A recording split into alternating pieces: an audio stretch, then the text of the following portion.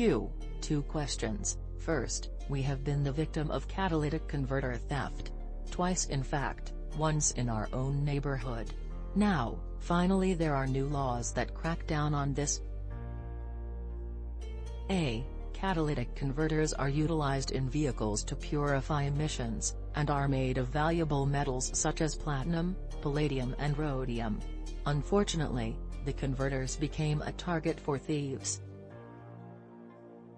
Insurer State Farm reported that thefts of catalytic converters rose substantially in the past few years. The good news: this past September, 2 bills were signed in California that prohibit the sale of catalytic converters without legal documentation of authorized ownership.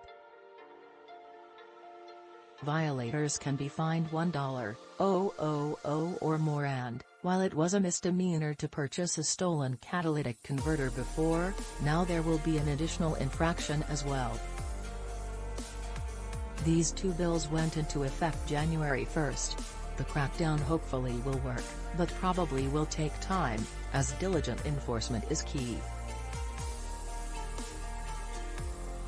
Also, to be clear, part of the new law prohibits buying detached catalytic converters, so, not just selling them, unless the sellers have documentation to prove they are authorized owners of the vehicles that house the converters. Our high school daughter came home the other night and told us a bunch of kids were street racing.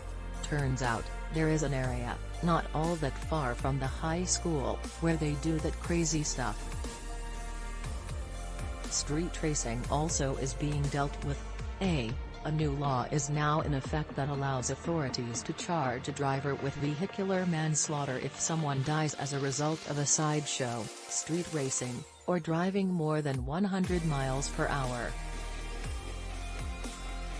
And while speed contests have been illegal for years, per California Vehicle Code Section 23109A, the code references a highway.